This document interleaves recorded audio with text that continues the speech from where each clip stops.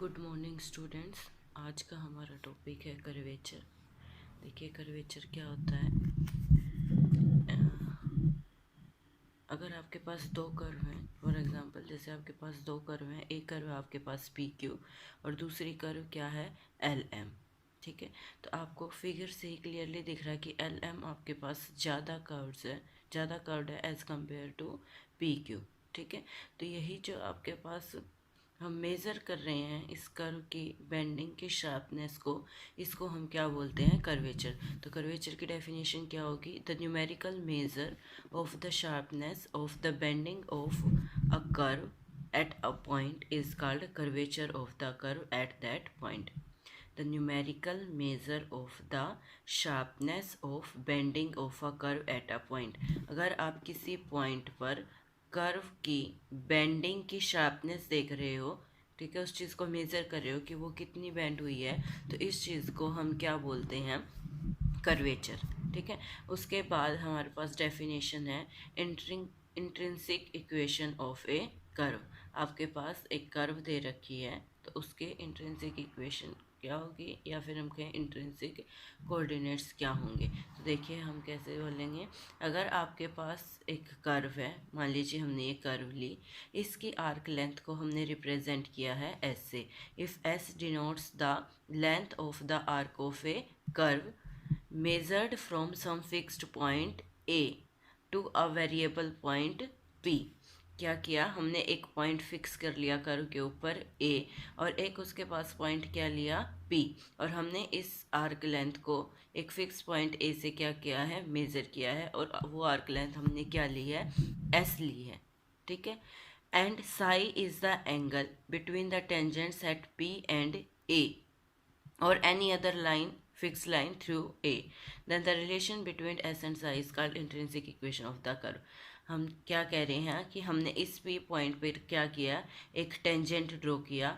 ऐसे इस fixed point से हमने एक फिक्स लाइन पास की, या हम कहीं एक टेंजेंट ड्रॉ किया, तो इन दोनों टेंजेंट्स के बीच का, हम कहीं इन दोनों लाइंस के बीच का जो एंगल है वो एंगल क्या है, साई है। ठीक है, तो ये जो रिलेशन है एस और साई के बीच का, उसको हम बोलते हैं intrinsic equation of the curve. और जो ये एस और साई कोऑर्डिनेट्स हैं, इनको हम क्या बोलते हैं, इंट्रिंसिक कोऑर्डिनेट्स। क्लियर है, क्या बोला हमने intrinsic equation of a curve के लिए, हमने एक कर्व ली, उस कर्व पे एक पॉइंट फिक्स किया हमने ए, उसके पास हमने एक पॉइंट क्या लिया पी, वेरिएबल पॉइंट है, ए फिक्स है, पी वेरिएबल पॉइंट है, इसको आप इस कर्व पर कहीं भी ले सकते हो। तो जब हम इस पी पॉइंट का इस ए पॉइंट से डिस्टेंस मेज़र करेंगे, यानी कि आर्क लेंथ मेज़र करेंगे, तो हमने कितनी मान ली एस। फिर हमने क्या किया, इस पी पर एक टेंजेंट ड्रॉ किया और ऐसे इस फिक्स पॉइंट पर एक टेंजेंट ड्रॉ किया, उन दोनों के बीच का एंगल हमने क्या ले लिया, साई। तो जो रिलेशन है एस और साई के बीच का, उसको हम बोलते हैं intrinsic equation of that curve. और जो एस और साई हैं, इनको हम क्या बोलेंगे, इंट्रिंसिक कोऑर्डिनेट्स। क्लियर है, उसके बाद नेक्स्ट आपके पास आर्टिकल है to find the curvature when the equation of the curves is in intrinsic form. अगर आपके पास कर्व की इक्वेशन किस फॉर्म में है, इंट्रिंसिक फॉर्म में है। इंट्रिंसिक फॉर्म में होने का मतलब कि वो किसकी टर्म्स में आएगी, एस और साई की टर्म्स में दे रखी है, तो हमें उस केस में क्या करना है, कर्वेचर फाइंड आउट करनी है। ठीक है, तो उसके लिए हमने क्या किया, वही एक कर्व ली ए बी, उस पर एक फिक्स पॉइंट क्या लिया ए। ठीक है, वेयर द, जहाँ से हम आर्क लेंथ को क्या करेंगे, मेजर करेंगे। लेट पी और क्यू, जैसे यहाँ पी पॉइंट लिया था, ऐसे ही एक इसके पास क्यू पॉइंट ले लेंगे। पी और Q be two neighbouring points on the curve A B, so that A P को तो हमने क्या माना था एस, और जो आगे पी क्यू पॉइंट आएगा वो हमने क्या मान लिया डेल्टा एस। मतलब ए क्यू टोटल आपके पास कितना हो गया, एस प्लस डेल्टा एस। ठीक है, let the tangents at P and Q make angle Sai and Sai plus delta Sai. जैसे पी पर हमने टेंजेंट ड्रॉ किया ए के साथ, और एक पर एक टेंजेंट ड्रॉ किया और उनके बीच का एंगल क्या आया था साई। ऐसे ही क्यू पॉइंट पर कोई टेंजेंट ड्रॉ करेंगे तो वो इस लाइन के साथ जो एंगल बनाएगा वो हमने क्या मान लिया, psi plus delta psi. Then the angle between the tangents at P and Q is delta psi. इसको फिगर से देखते हैं। देखिए ये फिगर है, यहाँ पर हमें एक कर्व दे रखी थी ए बी, ठीक है। ए हमने कोई फिक्स्ड पॉइंट लिया, इस पर 2 पॉइंट हमने लिए, एक पॉइंट क्या लिया पी और एक पॉइंट क्या लिया क्यू। ए से पी का डिस्टेंस यानी कि आर्क लेंथ हमने एस ले ली और ए क्यू हमने टोटल ली एस प्लस डेल्टा एस, तो पी क्यू आपके पास कितनी बची, डेल्टा एस। ऐसे ही पी पॉइंट पर टेंजेंट ड्रॉ किया तो इस फिक्स लाइन के साथ एंगल कितना बना रहा है, साई। ऐसे ही क्यू पॉइंट पर जब टेंजेंट ड्रॉ करेंगे तो ये एंगल कितना बना, साई प्लस डेल्टा साई। इसका मतलब इन दोनों टेंजेंट्स T1 और T2 लाइन के बीच का एंगल कितना बचा, डेल्टा साई। यही बात वो बोल रहे थे। उसके बाद अब हमें क्या निकालना है, अब हमें इस कर्व की कर्वेचर निकालनी है। चलिए देखिए हम क्या बोलेंगे, the amount by which the curve bends at P can be described in terms of the rate at which tangent line is turning as you travel along the curve at P। उसने क्या कहा है कि जैसे जैसे हम curve पर travel करेंगे, किसके अलोंग, P पॉइंट पर, the amount by which curve bends at P। आप कर्वेचर क्या बोलते थे, कर्व की बेंडिंग को ही तो मेज़र कर रहे हैं, ठीक है। तो इसने यही कहा अगर हम P पॉइंट पर कर्वेचर निकाल रहे हैं तो इसका मतलब P पॉइंट पर कर्व कितने अमाउंट से बेंड हुई है, ठीक है, यही आपको निकालना है। और इसको हम डिस्क्राइब कर सकते हैं, can be described in terms of rate at which tangent line is turning as you travel along the curve at P। कि आप P पॉइंट कर्व पर जैसे जैसे ट्रैवल करोगे, ठीक है, तो P पॉइंट पर जो टेंजेंट लाइन ड्रॉ की है वो आपके पास कितनी टर्न हुई है, ठीक है, उसी चीज़ को आप क्या बोल रहे हैं, curvature. And in turn it can be measured by the rate at which angle psi is changing at P। और जैसे आप टेंजेंट लाइन को टर्न करोगे तो ये साई एंगल भी क्या होगा, चेंज होगा। तो एक तरीके से हम कह सकते हैं कि आपके पास साई एंगल में जितना चेंज आ रहा है वो भी किसको रिप्रेजेंट कर रहा है, कर्वेचर को। तो क्या बोला इसने, we shall study the rate of change of the angle psi with respect to change of arc length. ठीक है, हम क्या स्टडी करेंगे, rate of change of angle psi with respect to rate of change of arc length. देखिए अगर अब हम यहाँ से देखें तो जैसे P पॉइंट पर हमने टेंजेंट क्या ड्रॉ किया, T1, ठीक है। अब इस कर्व की बेंडिंग को देखने का मतलब है इस कर्व पर जैसे जैसे हम ट्रैवल करते जाएंगे और किसी और पॉइंट पर हम टेंजेंट ड्रॉ करेंगे तो आपके पास टेंजेंट भी क्या होगा, चेंज होगा। और टेंजेंट चेंज होने से एंगल साई भी क्या होगा, चेंज होगा। तो एक तरीके से हम कहेंगे कि इस एंगल में जितना चेंज आ रहा है with respect to arc length, वही उसी चीज़ को हम स्टडी करेंगे, ठीक है। और उसी की लिमिटिंग वैल्यू को हम कर्वेचर बोलते हैं। क्या बोलते हैं, the limiting value of the average curve value when Q approaches to P is called curvature of the curve at point P। Limiting value का मतलब क्या है कि जैसे, क्योंकि हम कर्वेचर एक पॉइंट पर निकालते हैं, तो जैसे जैसे हम Q को P की तरफ अप्रोच करेंगे, P की तरफ आएंगे, यानी कि Q टेंड्स टू P होगा, तो आपके पास जो लिमिटिंग वैल्यू होगी एवरेज कर्व की उसको हम क्या बोलेंगे, कर्वेचर। और जैसे जैसे Q को P की तरफ अप्रोच करेंगे तो ये डिस्टेंस किसको टेंड करेगा, जीरो को। तो हम क्या बोल सकते हैं, as Q tends to P it means delta S tends to zero. तो देखो कर्वेचर निकालना है अगर हमें P पॉइंट पर, तो लिमिटिंग वैल्यू निकालेंगे Q approaches to P delta psi by delta S, यानी कि average rate of change of angle psi with respect to arc length. तो इसका मतलब limit Q tends to P का मतलब मैंने आपको क्या बताया, delta S tends to zero, delta psi by delta S। और ये आपके पास क्या बन जाएगा, अगर ये लिमिट जीरो को टेंड करती है तो क्या बन जाएगा, d psi by d s. और यही आपके पास क्या होती है, कर्वेचर। दूसरा आपको क्या ध्यान रखना है, दूसरा आपको क्या देखना है कि कर्वेचर कभी भी नेगेटिव नहीं होती है, तो इसको हमेशा हम मोड के अंदर लेंगे। तो देखिए इसने यही बोला, the curvature of a curve C at a point XY on C is denoted by the Greek letter kappa and is given by the equation K equal to d psi by d s का mod, ठीक है। Where psi आपके पास angle था which the tangent line to the curve C at XY makes with the positive x axis, और ऐसा आपके पास क्या थी, arc length measured along the curve. तो बाय डेफिनेशन अगर आपको क्वेश्चंस में कर्वेचर निकालनी है तो उसके लिए आपके पास एक कर्व दी हुई होगी in terms of S and psi, जहाँ पर S आपके पास क्या होगी, arc length as measured along the curve, और साई आपके पास एंगल होगा किस किस के बीच का, tangent line to the curve at C which makes with positive x axis. Positive x axis यानी कि जो हॉरिजॉन्टल लाइन बनाते हैं वो जो टेंजेंट लाइन है और जो हॉरिजॉन्टल एक्स एक्सिस है उनके बीच का एंगल आपके पास क्या होगा, साई। और रेडियस ऑफ कर्वेचर आप कैसे निकालेंगे, d psi by d s, और हमेशा उसकी मोड वैल्यू आप लेंगे। ठीक है, क्लियर है कर्वेचर। उसके बाद आपके पास आएगा radius of curvature. Radius of curvature आपके पास क्या होगा, रेडियस ऑफ कर्वेचर क्या है, the reciprocal of the curvature at any point P of the curve is called radius of curvature. अगर आप कर्वेचर का रेसिप्रोकल ले लेते हैं तो उसको हम क्या बोलेंगे, रेडियस ऑफ कर्वेचर। उसको हम किससे डिनोट करेंगे, रो से। अब कर्वेचर आपके पास क्या आया था, d psi by d s, तो रेडियस ऑफ कर्वेचर उसका रेसिप्रोकल कर दीजिए, वो आपके पास क्या बन जाएगा, d s by d Sai.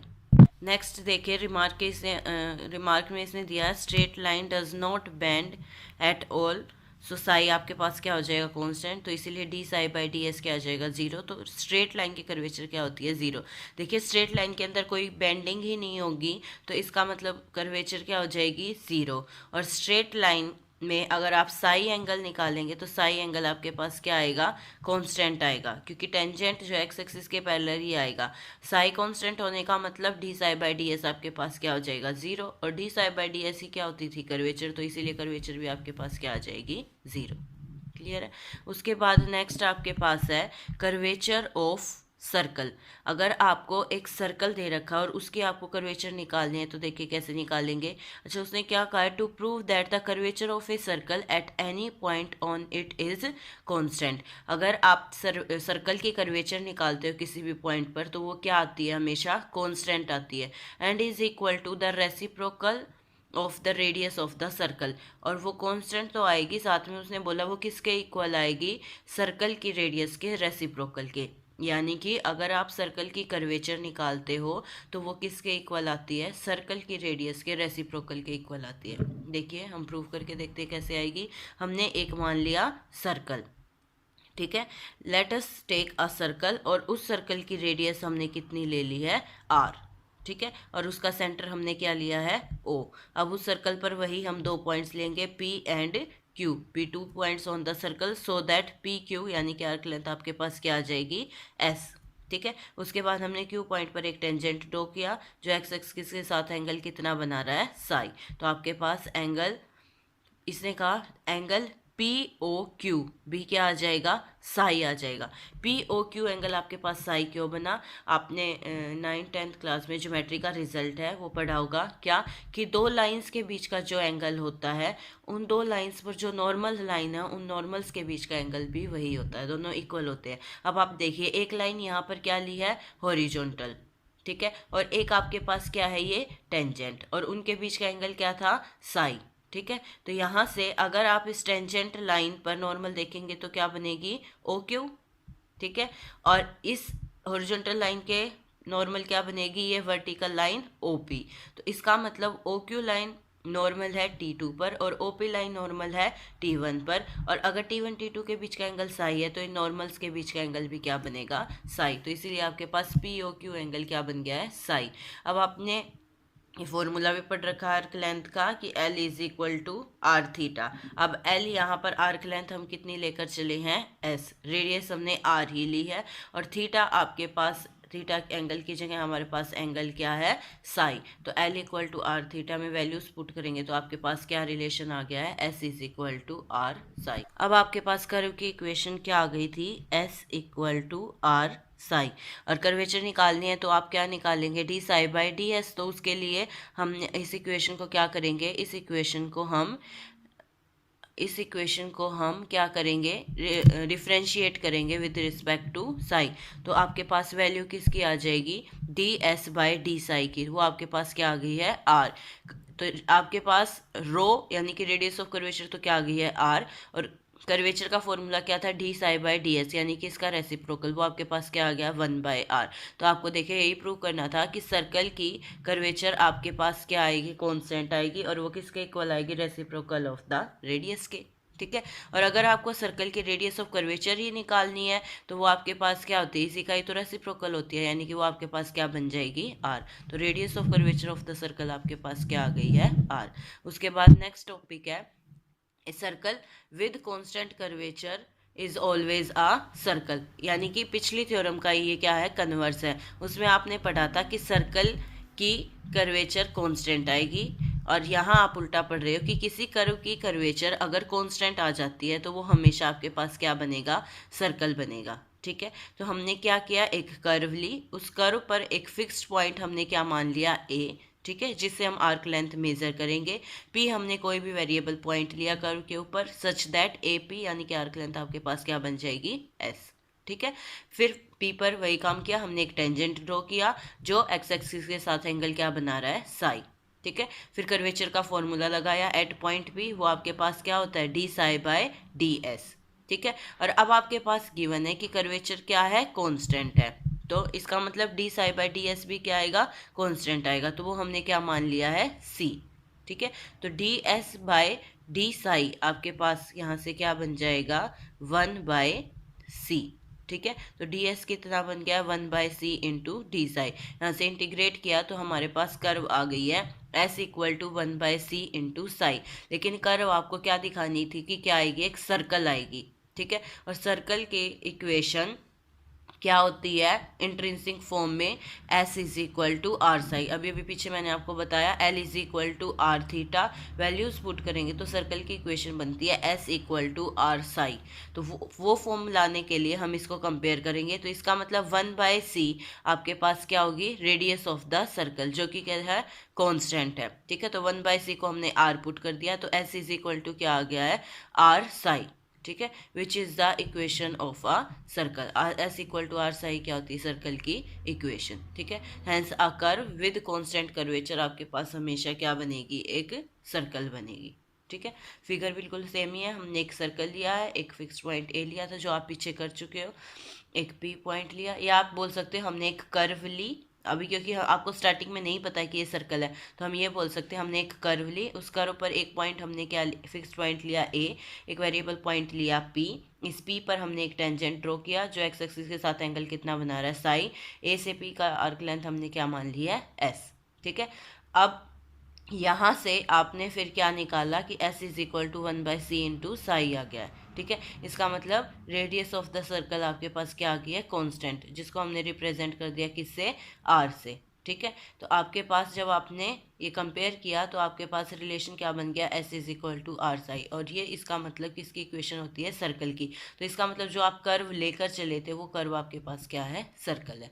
तो रिजल्ट आपको ध्यान रखना है कि सर्कल की कर्वेचर कांस्टेंट होती है, और अगर किसी कर्व की कर्वेचर कांस्टेंट आएगी तो इसका मतलब वो क्या होगा, सर्कल होगा। इफ एंड ओनली इफ में रिजल्ट आपके पास आ गया।